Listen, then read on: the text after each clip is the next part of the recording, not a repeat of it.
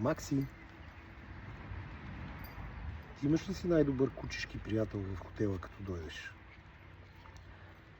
Често ми задават този въпрос стопаните на кучета, дали тяхното куче, като дойде при нас, има предпочитания. Всъщност, приятелството между кучетата не е така, както между нас хората.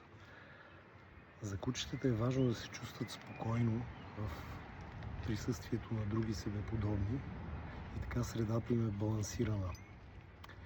И всъщност, когато нямат фиксации към дадено определено куче, но функционират добре, това за тях означава, че те са балансирани, уверени и спокойни в средата, в която живеят.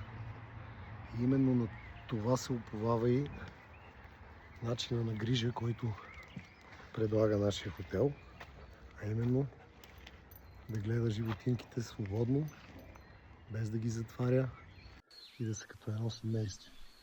Семейство, в което няма групички и деления, те функционират просто като едно цяло.